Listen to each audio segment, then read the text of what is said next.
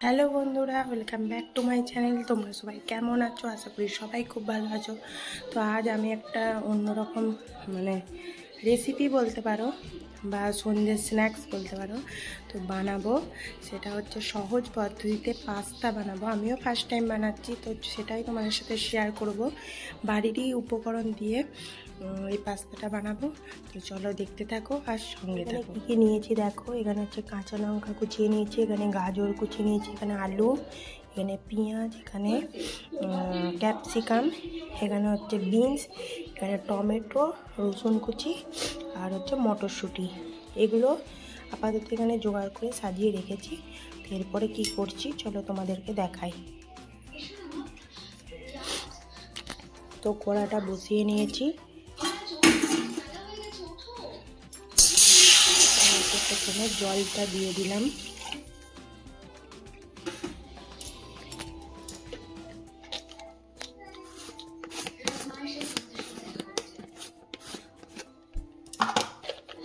এই যে দেখো পাস্তাগুলো জলের মধ্যে দিয়ে দেবো।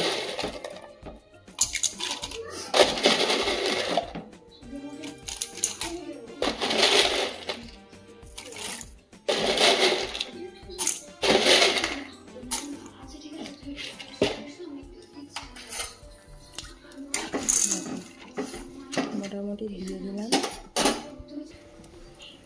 এখানটা আমি একটু নুন দিয়ে দিলাম।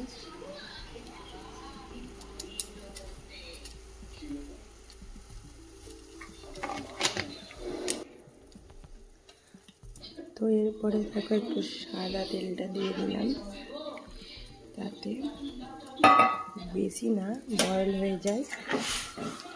তো এটা সিদ্ধ হবে। তো তারপরে দেখো মোটামুটি সিদ্ধ প্রায় হয়ে এসেছে। তো সেটা আমি নামিয়ে নিলাম। যেহেতু তেল আর নুন দিয়ে সিদ্ধ করা আছে, ওই জন্য বেশি জড়িয়ে যাবে না। তো তারপরে সর্ষের তেল দিয়ে দিলাম। দেওয়ার পরে আমি রসুনগুলো যে কুচিয়ে রেখেছিলাম রসুনগুলো দিয়ে দিলাম। হ্যাঁ, এবার তোমরা হচ্ছে এটা সাদা তেলেও করতে পারো। সাদা তেলে করলে হয়তো সেটা খুবই ভালো হবে বাচ্চাদের জন্য। তো আমি এটা সর্ষের তেলেই করলাম। তো তারপরে দেখো পেঁয়াজ কুচিগুলো দিয়ে দিলাম এবং রসুন আর পেঁয়াজটাকে একটু লাল লাল করে ভেজে নিলাম।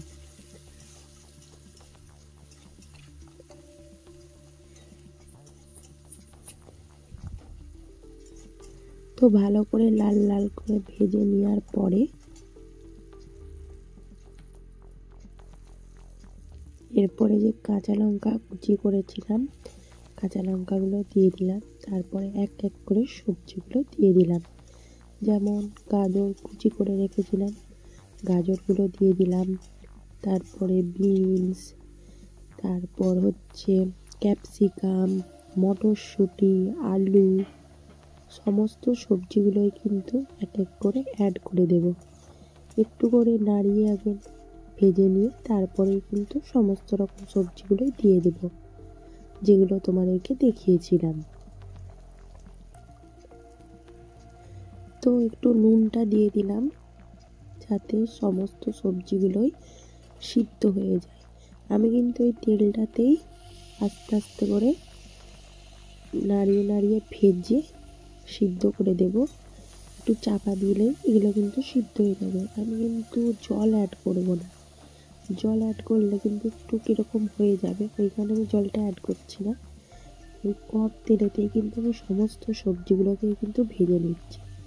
তো দেখো এরপরে ক্যাপসিকাম আর যে বিনস আর ওটা হচ্ছে বরবটিটাও ছিল, তো সেগুলো সমস্ত কিছু অ্যাড করে দিলাম এবং টমেটোটাও অ্যাড করে দিলাম।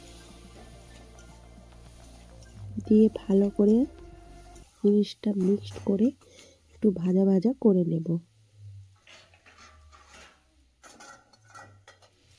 তো তারপরে চাপা দিয়ে মোটামুটি সিদ্ধ হয়ে গেছে সমস্ত সবজিগুলো, একটু লাগা লাগা হয়ে গেছে, ওই জন্য কড়াটা একটু ধরে গিয়েছিল। তো দেখো তারপরে সেদ্ধ করা পাস্তাগুলো কিন্তু দিয়ে দিলাম। তো আমার একটু ঠান্ডা লেগেছে বলে গলাটা ধরে আছে, তো তোমরা একটু মানিয়ে নিও। তো তারপরে দেখো পাস্তাটা সবজির সঙ্গে মিশিয়ে দিলাম ভালো করে কিন্তু মিশিয়ে দিতে হবে, তাহলেই কিন্তু টেস্ট হবে। তো ভালো করে মিশিয়ে দেওয়ার পরে কিন্তু আমি একটু টমেটোর সস দিয়ে দিলাম। টমেটোর সসটা না দিলে কিন্তু ভালো খেতে লাগবে না। টমেটো দিয়েছি কুচো করে, কিন্তু তা সত্ত্বেও টমেটোর সসটা দিলাম। আর দেখো একটু গোটা গোলমরিচ ছিল, সেই গোলমরিচটাকে থেতো করে মানে একটু থেতো করে উপর থেকে ছড়িয়ে দিলাম। তো দেখো মোটামুটি আমার রেডি হয়ে গেছে পাস্তাটা।